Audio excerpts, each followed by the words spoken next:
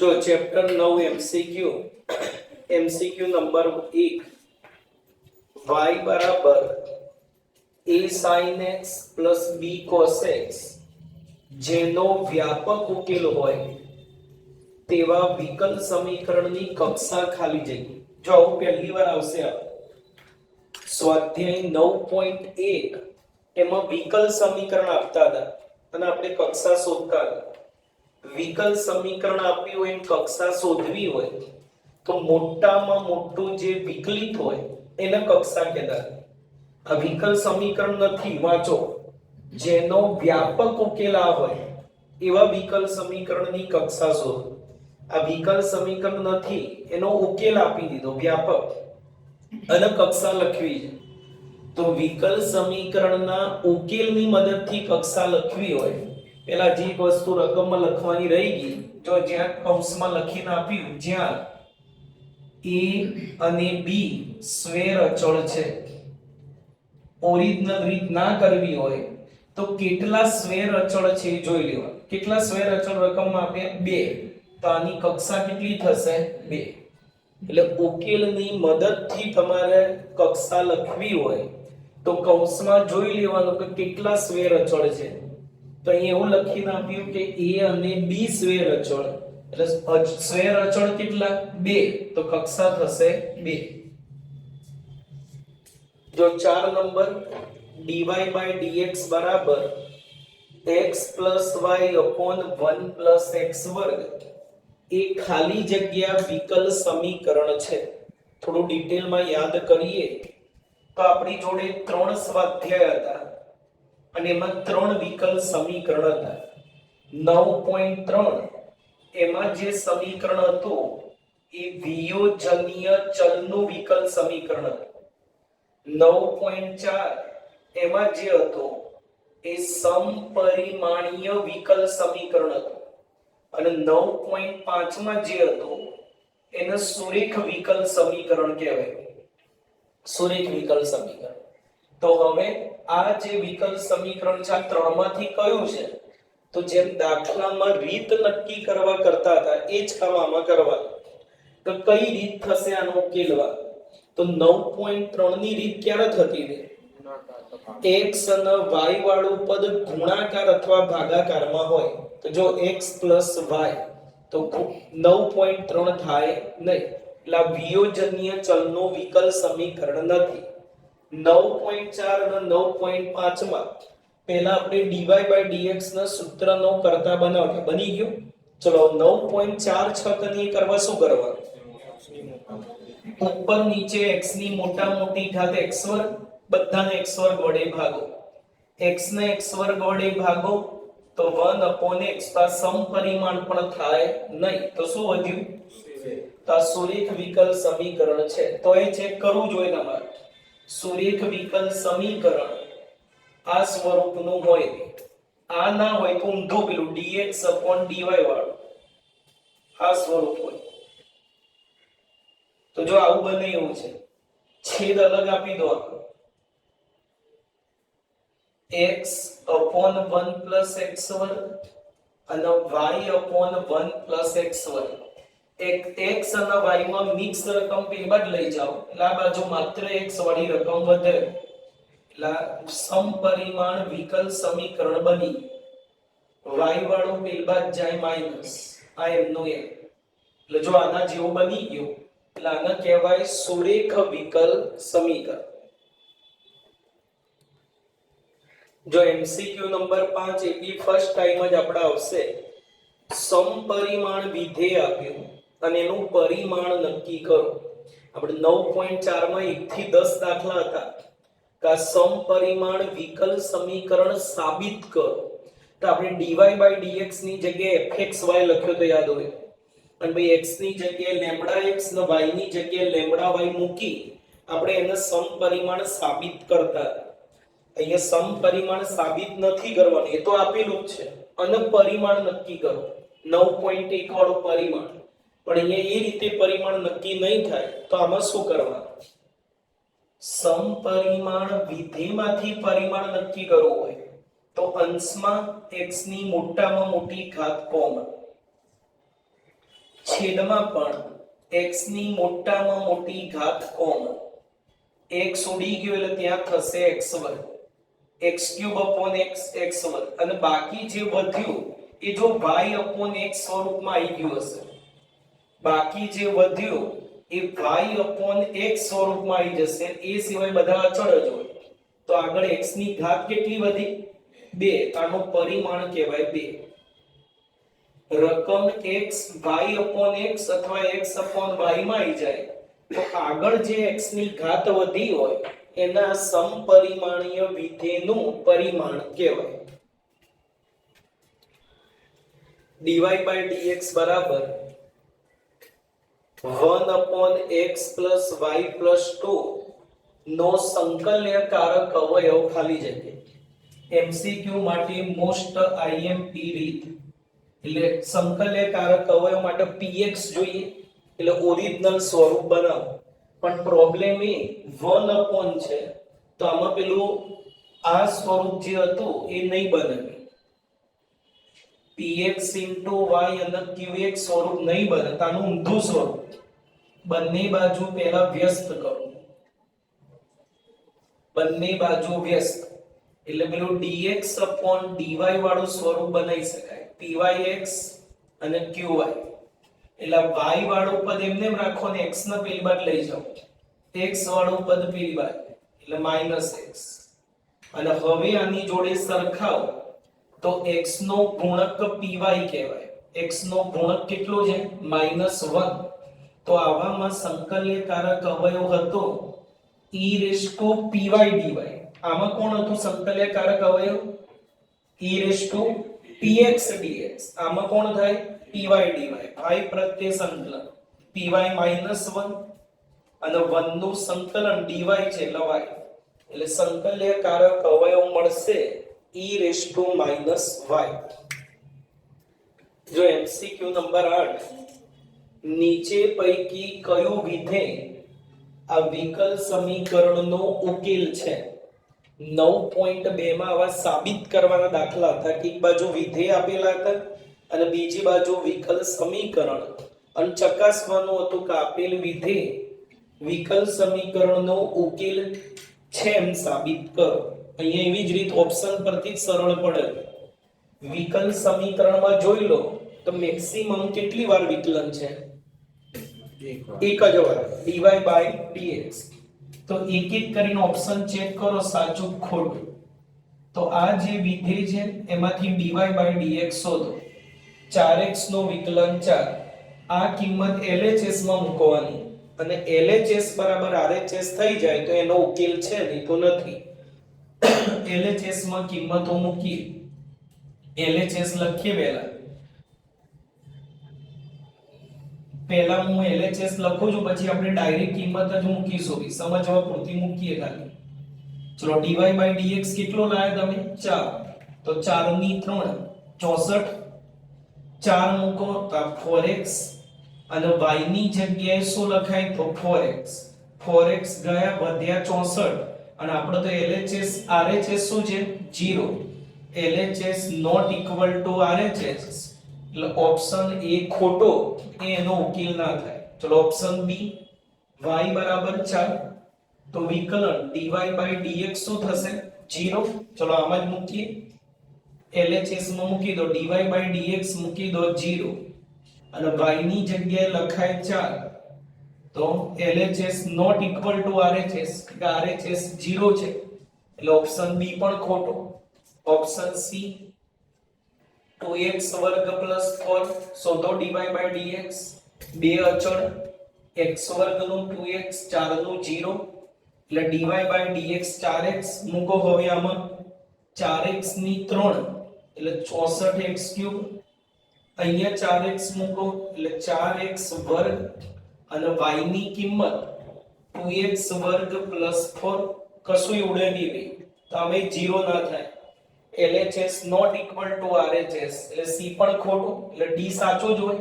તો જો ચેક કરીએ આપણે હાલ, 2x -4 વિકલન કરો, 2x નો 2, 4 નો 0 મૂકો, હવે LHS dy by dx 2, તો 2 ની 3 8, અહીંયા 2 મૂકો એટલે 2x અને y ની કિંમત છે 2x - 4. એક ભૂલ છે, ચેક કરો તો ઓપ્શન સ્ક્વેર છે ને ક્યુબ ની જગ્યાએ સ્ક્વેર છે. ચલો તો પાછો રિવર્સ માં જઈએ, જો છેલ્લું ના થાય તો આગળના ચેક કરીશું.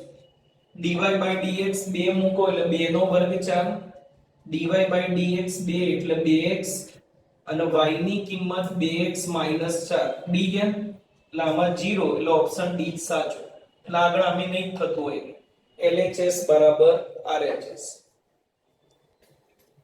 જો MCQ number 9 x * dy / dx + y 0 નો ઉકેલ ખાલી જગ્યા. આનો ઉકેલ શોધવાનો.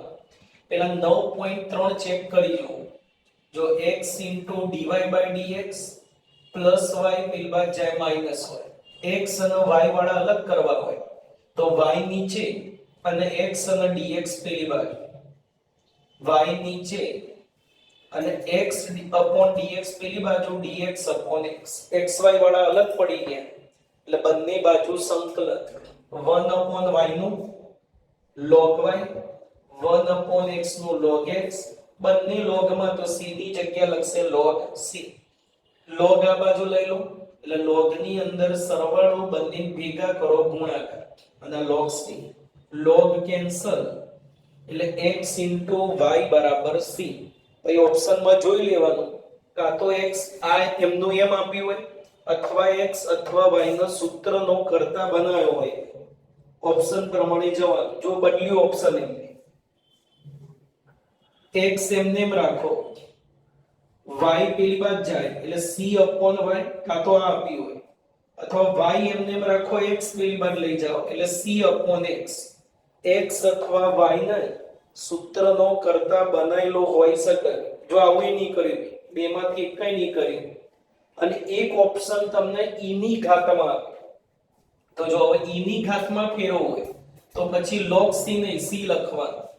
આના બાજુ લાવો એટલે log ની અંદર સરવાળો બંને ભેગા કરો એટલે ગુણાકાર. અને હવે log માંથી e ની ઘાતમાં જવું હોય તો આધારમાં કશું જ નહીં એટલે e અને બે ની જગ્યા બદલો. e⁻c = xy, e⁻c અચળ એટલે એનું એ જ આવ્યું અમે xy = c. xy = c.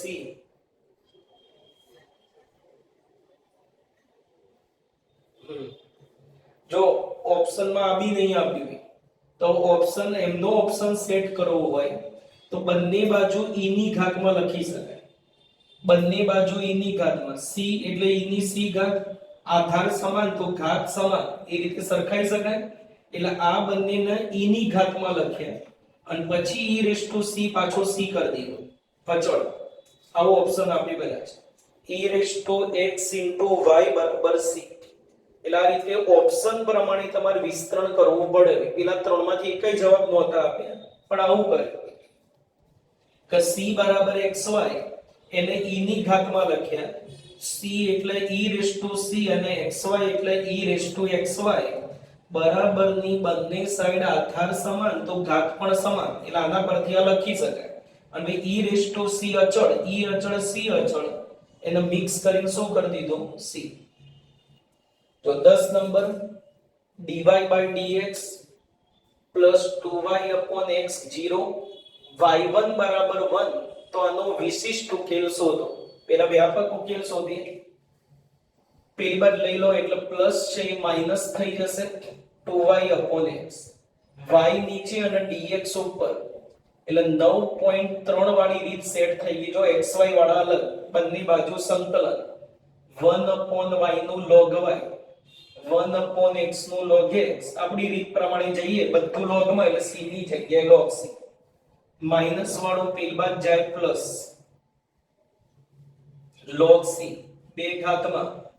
log ની અંદર સરવાળો ભેગા કરો ગુણાકાર અને log c log ઉડાડી દો. આ મળી ગયો વ્યાપક ઉકેલ.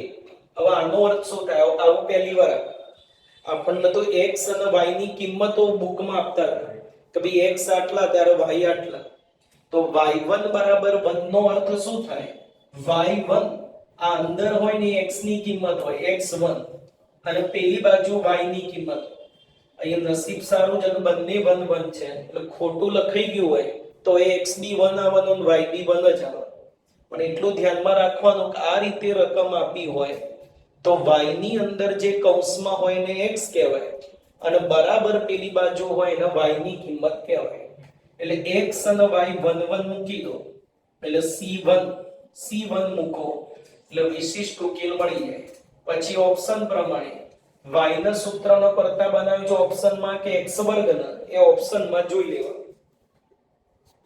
જો ઓપ્શનમાં બે ઓપ્શન y વાળા છે તો જો y ના બનાવો તો પેલા 1/x વર્ગ થાય. ચેક કરો ઓપ્શનમાં છે કે નહીં, તો આપેલું છે y બરાબર 1/x વર્ગ. જો 14 નંબર સ્વાધ્યાય 9.1 માં બુકમાં આપણે આવા દાખલા ગણ્યા છે, પણ એક વસ્તુ નવી આપી, અપૂર્ણાંક ઘાત આપી. બુકમાં ક્યાંય અપૂર્ણાંક ઘાત નહોતી, બધે તમારે પૂર્ણાંક ઘાત જ હતી. આમાં કક્ષા નથી પૂછી, માત્ર પરિમાણ જ પૂછ્યું. પણ કક્ષા પૂછી હોય તો કોઈ ટેન્શન નહીં, ડાયરેક્ટ જવાબ મળી જાય. જો કક્ષા કેટલી થાય?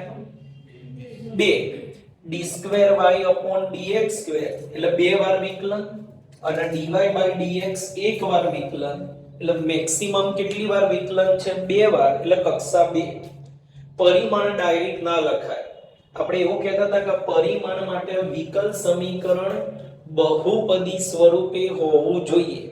તો જે અપૂર્ણાંક ઘાત હોય તો પરિમાણ લખવા માટે એને પૂર્ણાંક ઘાતમાં ફેરવો. 2/3 છે અને પૂર્ણાંક ઘાતમાં ફેરવવું હોય તો છેદમાંથી 3 ઘાત કાઢવી પડે. તો બંને બાજુ 3 ઘાત લો તો છેદમાંથી 3 જાય એટલે બંને બાજુ ઘન કરતા, એનો મતલબ 3 ઘાત લેવાની એટલે બંને બાજુ ઘન કરતા એટલે 1 dy/dx ની 3 2/3 ને એનો ઘન કરો એટલે 3 ઘાત કરો એટલે 3 3 ગયા એટલે શું બાકી રહેશે? ઉપર ખાલી વર્ગ અને d2y/dx³ અને 3 ઘાત. જોઈ લો હવે ક્યાં અપૂર્ણાંક ઘાત છે? ના. તો કક્ષા શું છે? ઇન્ટુમાં x. વાંધો નહીં, ક્યાંય નડવાનું નહીં ભાઈ. x³ ઘન કરો એટલે x³. તો જો કક્ષા લખવી તો કક્ષા તો એની એ જ રહી 2. પરિમાણ કેટલું થાય? તો મોટામાં મોટું જે વિકલિત છે એની ઘાત કેટલી થાય? 3. તો પરિમાણ 3. જો વિકલ સમીકરણ 2x dy/dx - y બરાબર 0 અને y1 બરાબર 2 નો ઉકેલ ખાલી જગ્યા. બુકમાં આપણે આવા દાખલા ગણ્યા પણ ઓપ્શન આવા વિચિત્ર આપ્યા. ઓપ્શનમાં તમને ઉકેલ જે આવે ને એ નથી આપ્યું. એ ઉકેલ આમાંથી કોનું સમીકરણ આપશે આપ્યું. પહેલા તો ઉકેલ શોધી નાખીએ પછી વિચારીએ. આનો ઉકેલવા પહેલા -y પેલી બાદ જાય +y તો 9.3 બની જશે. જો y નીચે લાવો, x dx પેલી બાજુ એટલે y અને x વાળા પદો અલગ પડી ગયા એટલે સંકલન 1/y નું log y 1/x નું log x, બંને લોગમાં એટલે log c લખો. 2 ઘાતમાં એટલે y², તો log y² અહીંયા ભેગા કરો એટલે ગુણાકાર, log ઉડી જાય એટલે y² બરાબર x * c જે સમીકરણનો વ્યાપક ઉકેલ છે. હવે આમ તો આનો ઉપયોગ ના કરો ને તો એ આ ખબર પડે કે આ કોનું સમીકરણ છે. પરવલય x અને y બેમાંથી એકની ઉપર જ વર્ગ હોય તો એ કોનું સમીકરણ કહેવાય? પરવલય. તમે આનો ઉપયોગ કરશો તો xy ની ઘાતમાં કોઈ ફરક ના પડે. એનથી શું થશે? c મળશે અને c આમાં મૂકવાનો ખાલી. એમાં x અને y ની ઘાતમાં કોઈ જ ફરક ના પડે એટલે આવી રીતે ઓપ્શન હોય તો આનો ઉપયોગ કરવાની કોઈ જરૂર નથી. ડાયરેક્ટ તમને ખબર પડી જાય કે આ પરવલયનું સમીકરણ છે. એટલે હવે એના માટે 11મા ધોરણના બધા સૂત્રો તમને આવડવા જોઈએ. એ સમજી લો. પહેલું, તમને જે સમીકરણ મળે એમાં જો x અને y ની બંનેની ઉપર એક ઘાત આવે, x ની ઉપર અને y ની ઉપર એક ઘાત આવે, એ કોનું સમીકરણ કહેવાય? રેખા. બીજો, જો x ની ઉપર વર્ગ હોય તો y ની ઉપર ના હોય, અને y ની ઉપર વર્ગ હોય તો x ની ઉપર ના હોય, બેમાંથી એકની ઉપર જ વર્ગ હોય, એને કહેવાય પરવલય. એને કહેવાય પરવલય. 3 નંબર, x અને y બંનેની ઉપર વર્ગ હોય અને અચળ એક જ હોય.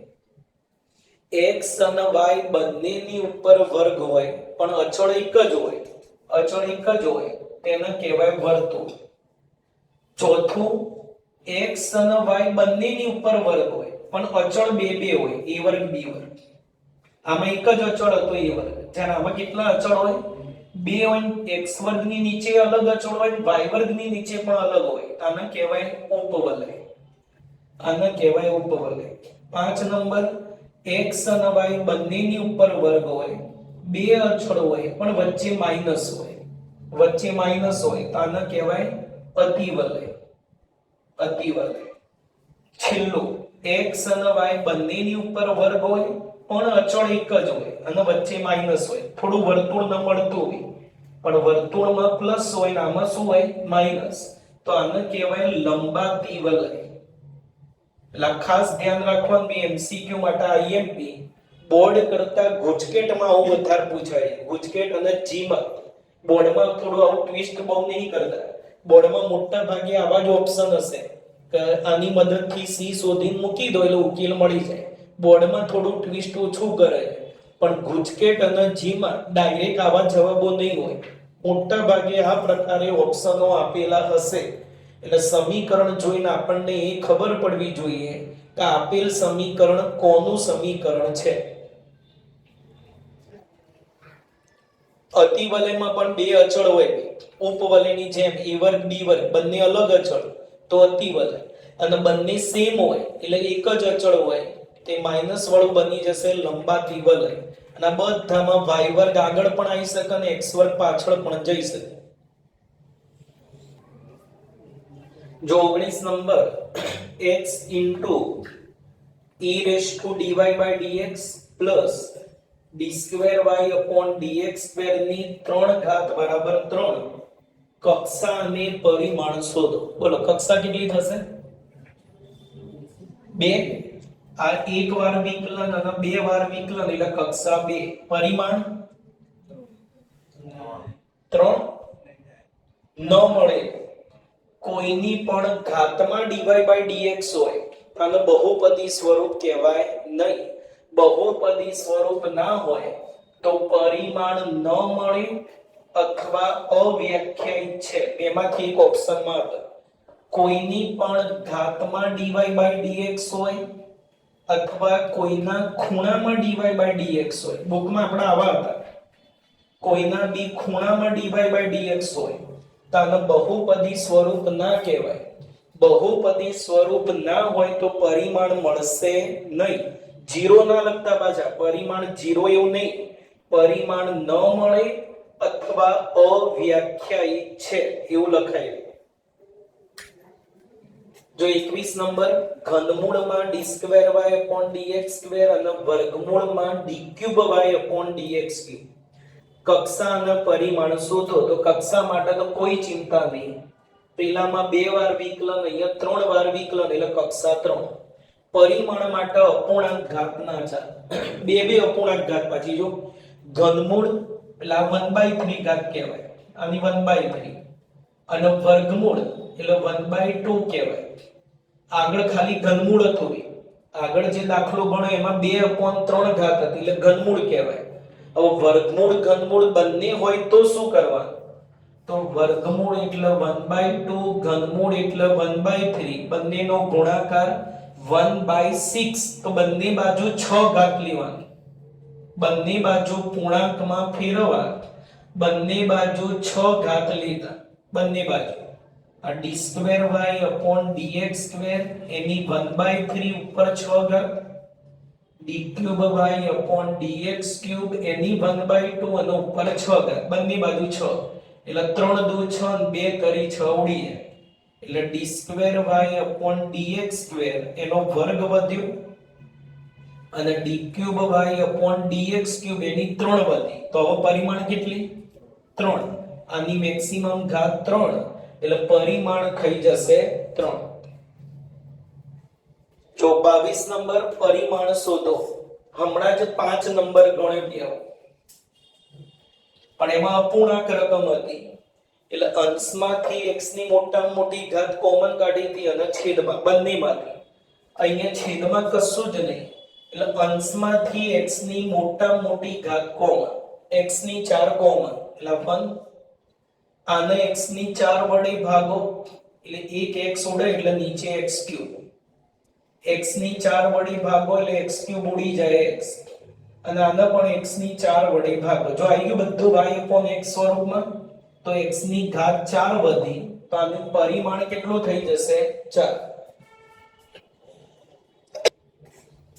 જો 24 number dy/dx + x upon y બરાબર 0 અને y1 બરાબર 1 હોય તો આનો ઉકેલ શોધો જો આમાં બી 9.3 થાય એવું છે x upon y પેલી બાજુ જાય એટલે માઈનસ dx ઉપર અને y આ બાજુ એટલે xy વાળા પદો અલગ પડી ગયા સંકલન બંને બાજુ y નો y²/2 x નો x²/2 અને અચળ c લસા લેવટ લઈ લો બે લસા એટલે 2c અને 2c ની x² આ બાજુ લાવી દો એટલે પ્લસ અને 2c ની જગ્યાએ લખાય c જે વ્યાપક ઉકેલ છે y1 બરાબર 1 એનો અર્થ y1 એટલે x1 પેલી બાજુ 1 એટલે y પણ 1 x અને y1 મૂકી દો એટલે c બરાબર મળશે 2 એ એમાં મૂકી દો એટલે વિશિષ્ટ ઉકેલ મળી જાય c ની જગ્યાએ 2 જે સમીકરણનો વિશિષ્ટ ઉકેલ છે અને સમીકરણ કે તો કોનું સમીકરણ આવ્યું કહેવાય વર્તુળ એક જ અચળ અને વચ્ચે પ્લસ અને બંનેમાં વર્ગ તો આ વર્તુળનું સમીકરણ છે પણ અહીંયા પૂછ્યું નહીં જો 25 નંબર y બરાબર x dy/dx + 3 વર્ગમૂળમાં 1 + dy/dx નો વર્ગ કક્ષા અને પરિમાણ લખો કક્ષા ડાયરેક્ટ આવી જાય કેટલી થાય 1 એક જ વાર વિકલન એટલે કક્ષા 1 પરિમાણ માટે અપૂર્ણાંક ઘાત કાઢવી પડે વર્ગમૂળ છે એટલે બે બાદ શું કરશો પણ એમનેમ વર્ગ કરાય નહીં જો એમનેમ તમે વર્ગ કરશો તો આખા પદની ઉપર વર્ગ આવે એટલે એનું વિસ્તરણ કરો તો મધ્યમ પદમાં ફરી વર્ગમૂળ આવશે ફરી વર્ગ કરવો પડશે તો વર્ગ કરતા પહેલા અપૂર્ણાંક ઘાત સિવાયના પદ એક બાજુ ભેગા કરો એટલે x dy/dx પ્લસ છે પેલી બાજુ જાય માઈનસ પછી વર્ગ કરો એટલે વર્ગમૂળ સીધું જતું રહે ફરી વર્ગમૂળ ના આવે બંને બાજુઓ વર્ગ કરતા તો આખા પદની ઉપર વર્ગ તો એવું નહીં કે y નો વર્ગ x નો વર્ગ dy/dx નો વર્ગ વચ્ચે માઈનસ કે પ્લસ હોય તો બધાનો વર્ગ અલગ અપાય નહીં આખાની ઉપર વર્ગ 3 નો વર્ગ 9 અને અહીંયા વર્ગ કરો આખું વર્ગમૂળ વાળું એટલે ઉપરથી વર્ગમૂળ ગયું અને હવે નક્કી કરો કક્ષા તો એક હતી પરિમાણ તો અહીંયા વર્ગનું વિસ્તરણ કરો તો મેક્સિમમ dy/dx માં કેટલી ઘાત આવવાની 2 અને અહીંયા dy/dx ની મેક્સિમમ કેટલી ઘાત છે 2 બંને બાજુ 2 જ છે એટલે પરિમાણ થશે 2 વિસ્તરણ કરવાની જરૂર નથી મૌખિક વિચારી લેવાનું કે ભઈ કૌંસની ઉપર વર્ગ છે તો મેક્સિમમ કેટલી ઘાત આવે 2 જો 3 હોય તો મેક્સિમમ કેટલી ઘાત આવે 3 એના માટે કે ઘનનું કે વર્ગનું વિસ્તરણ કરવાનું હોય નહીં એટલે અહીંયા મેક્સિમમ 2 ઘાત છે અને આ બાજુએ 2 જ છે એટલે કક્ષા પરિમાણ 2 જો 28 નંબર આની કક્ષા શોધો આમ તો જો જોઈને જ ખબર પડે કે કક્ષા એક જ થવાની કેટલી વાર વિકલન થાય dy/dx જ આવવાનું એટલે મેક્સિમમ કેટલી વાર વિકલન એક વાર એટલે કક્ષા 1 અને જો ડિટેલમાં જવું હોય તો dx વડે ભાગી દેવાના બધા, એટલે dy/dx થાય અને આ dx જતો રહે, એટલે કક્ષા એ પરિમાણ શોધવું હોય તો પરિમાણ 1 પેલા વર્ગમૂળ કાઢવું પડશે, નહીં કાઢવું પડે,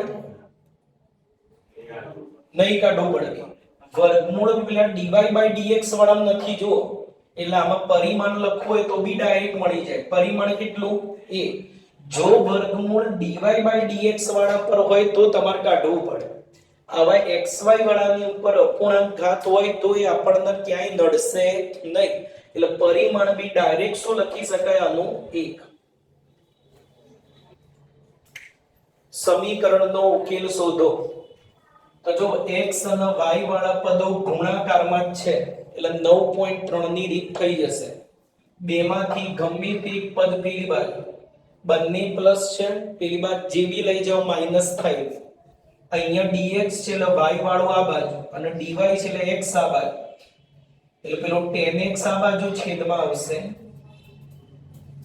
અને tan y પેલી બાજુ જશે, એટલે x અને y વાળા પદો અલગ પડી ગયા, બંને બાજુ સંકલન શું થશે, સંકલન બંને બાજુ સેમ રીત થશે, છેદનું વિકલન ઉપર આવી ગયું બી, tan નું વિકલન શું હતું sec², છેદનું વિકલન અંશમાં એટલે log mod છે, આ ચેપ્ટરમાં આવામાં મોડ નહીં કરો ચાલશે, બંને log એટલે c ની જગ્યાએ log c લખશે, માઈનસ વાળું આ બાજુ એટલે પ્લસ, log ની અંદર સરવાળો, બંને log ભેગા કરો એટલે ગુણાકાર, એક સ્ટેપ ડાયરેક્ટ જવા દે, log log કેન્સલ એટલે જવાબ મળી ગયો, tan x * tan y બરાબર c. 40 નંબર dy/dx બરાબર sin² y નો ઉકેલ શોધો. તો જો sin² y dy જોડે અને dx પેલી બાજુ, બંને બાજુ સંકલન 1/sin² એટલે લખાય cosec², cosec² નું સંકલન, cosec² નું સંકલન માઈનસ cot 1 નો x અને અચળ c, એટલે ઉકેલ મળી. કદાચ માઈનસ કોમન કાઢ્યો હોય ઓપ્શનમાં, એ ઓપ્શન પ્રમાણે જવાનું, આ ના બાજુ લઈ ગયા, પેલા ના બાજુ લાવ્યા ઓપ્શનમાં, માઈનસ કોટ પેલી બાજુ જાય પ્લસ કોટ, c આ બાજુ એટલે માઈનસ c, પાછું માઈનસ c ની જગ્યાએ શું લખી શકાય c, માઈનસ અને c બંને અચળ મિક્સ થઈને પાછું c થઈ જાય, એટલે ઓપ્શનમાં આ રીતે વિસ્તરણ કર્યું છે.